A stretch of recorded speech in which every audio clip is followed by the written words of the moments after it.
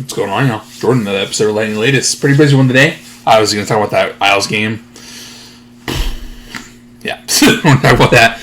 Previewing the Panthers game tonight as well, because obviously it's always an important one to play the Panthers, right? Because then, of course, double barrel what if action today. So we're going to go ahead and just dive right into this bad boy because there's quite a few things I want to kind of break down and discuss.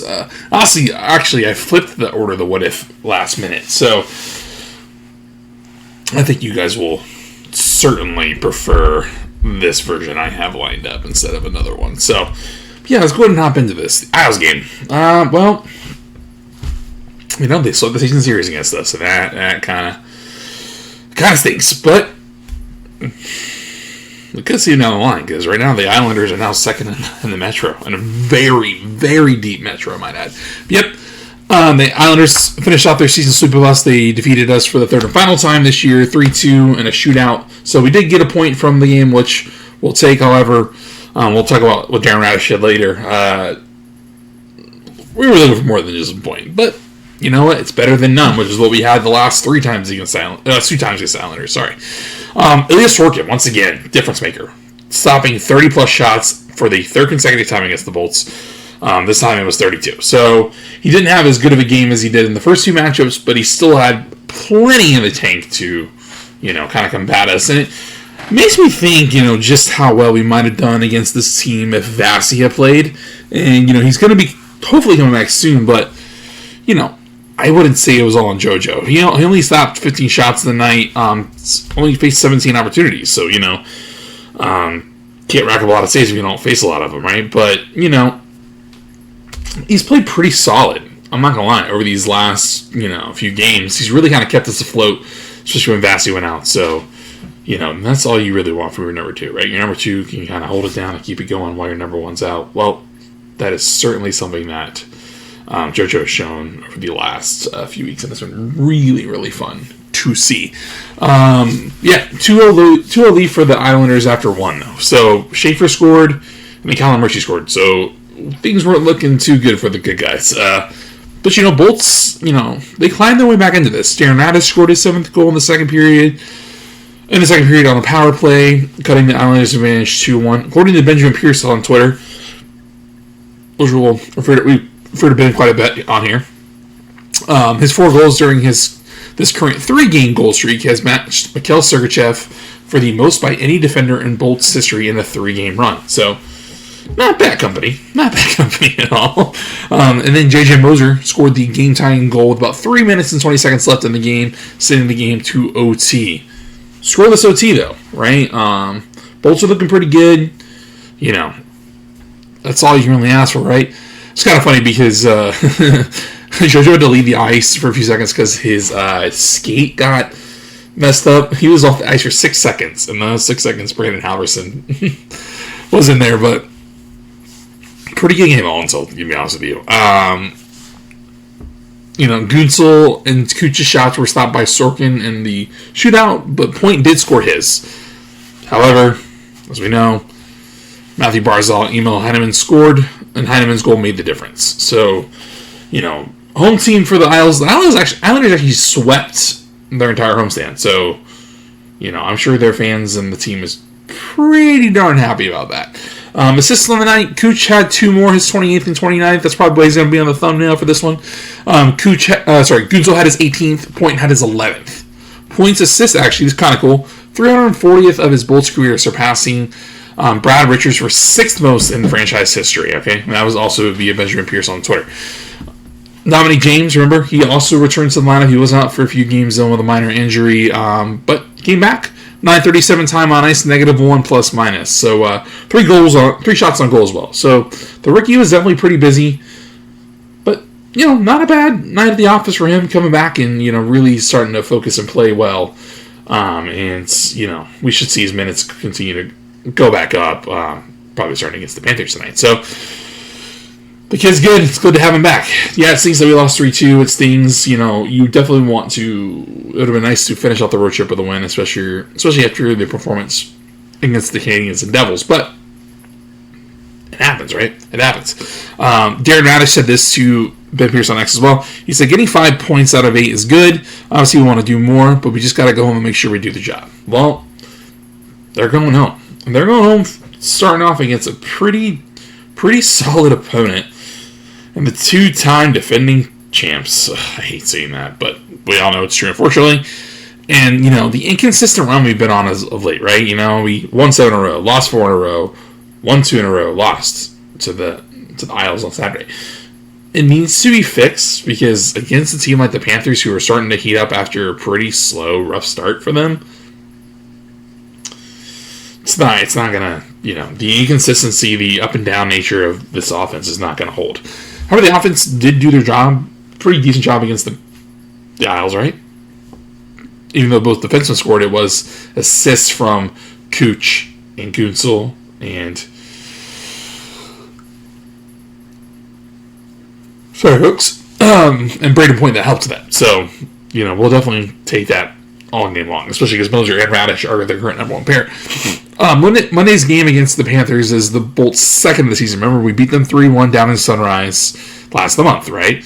And we're going to be playing them again soon for the next few days. So we play them again in a few days because we're playing the next 5 out of our next 6 at home, including just 4 straight. But that 1 away game, same time, right? It's another trip down to Florida, just like we did back in November. So,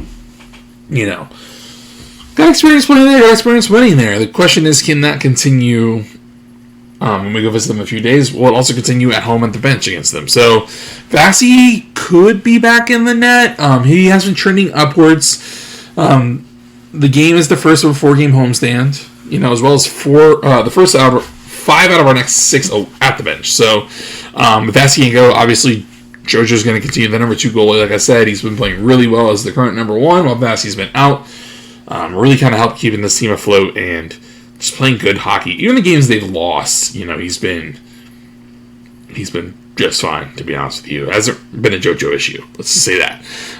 Getting a win over the Panthers would definitely keep the Bolts at the top of the division. We're currently tied at the top with Detroit at 39 points apiece.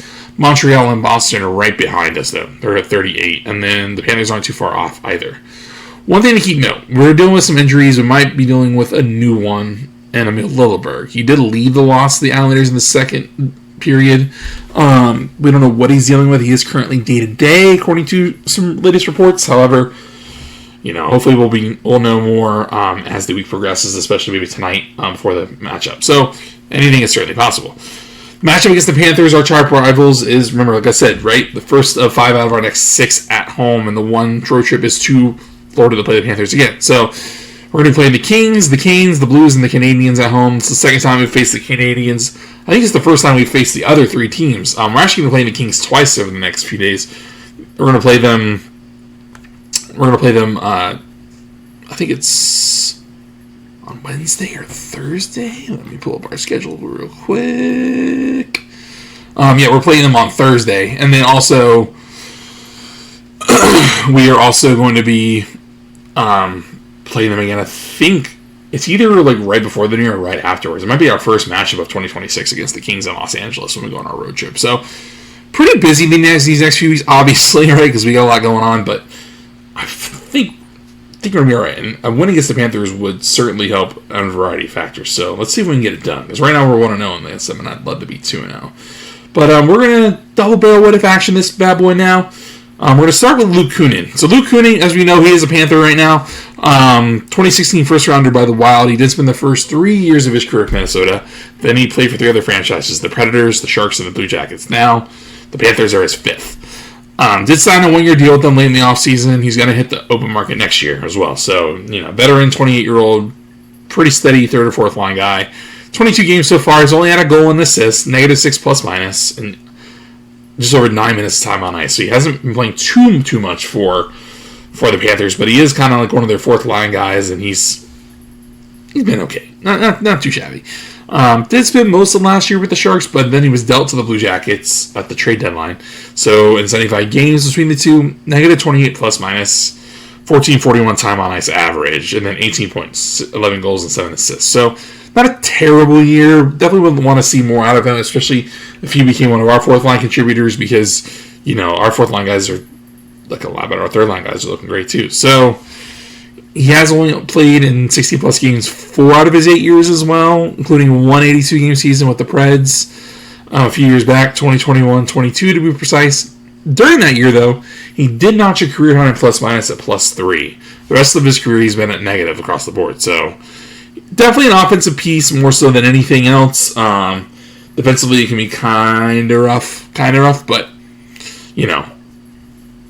there's a reason why the Panthers piece him up. There's a reason why he keeps getting a job. He can score. Now, however, the Bolts, they do have quite a few players in Syracuse that could probably fill his role, like Finley, like Pelletier, like Geeky, like Abruzzi possibly, Dylan Duke.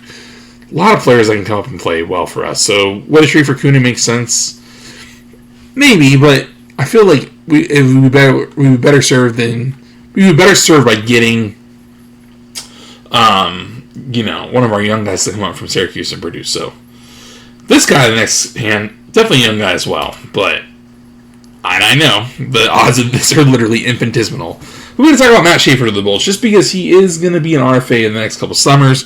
Remember his entry-level contracts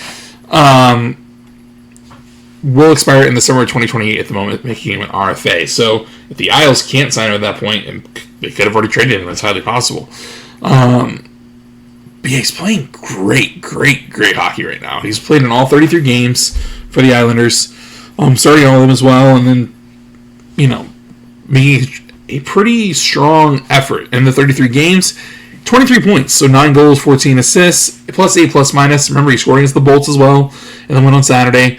Average time on ice of just under 24 minutes, 23:44 to be precise. So, getting pretty close. It's kind of wild because he's already the number one.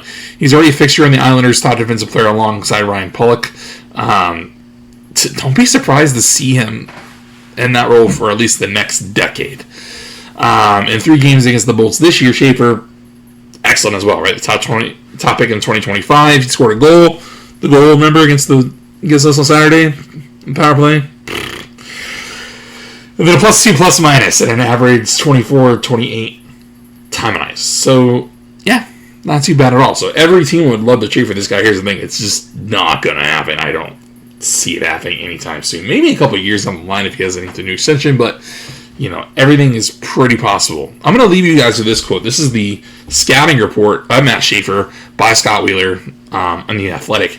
I'm going to break this down, and then we're going to say goodbye and then get ready for the Panthers for recap tomorrow. So this is what Wheeler said. He said this back in late March. He said, but it's his brilliant, frankly incredible skating. He's the best skating D in the class.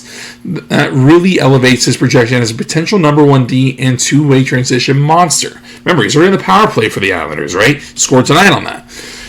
He's got great posture and glide. He's a balanced and flowing skater with light edges and great posture on his heels, skating backwards, as well as his toes forward. So the skating ability is tremendous. He's mobile in all 4 directions, but his ability to fly north-south, transport pucks down ice, track back when he's carried end-to-end, go back, and get pucks and catch guys defensively is elite. So his speed and his skating is tremendous. He also manages to play in front of him. He's got a good stick and ability to close out on carriers, be disruptive, and then advance and steer play down the ice, which we've seen constantly out of him already. He'll occasionally overskate his gaps and closeouts and get beat one-on-one, but he recovers so effortlessly. Remember, because of that skating and speed, right? His game is poised and efficient with the puck while also maintaining big play upside. He's mature beyond his years in terms of reads and decision-making. He's competitive and by all accounts a great kid who leads by example. Schaefer looks like a projectable 1-2 defenseman who covers a ton of territory, can influence play in all 4 corners and 3 zones of the rink, and is never in a bad spot because of his ability to flow and gallop across the ice. Tell me that's not the definition of a future star right there. Just tell me, I dare you. Man, I'd love to have him as a Bull. Would it happen? Almost not. However, this is my first 20 out of 20 total of want and need. I'd love to have him. Just imagine maybe in a couple years' time he's with us. So that'd be great. That's exactly why we do the What If, y'all. So this is Jordan Lightning Latest signing off. Tomorrow, Panthers recap and more. I'll see you then. Have a good one.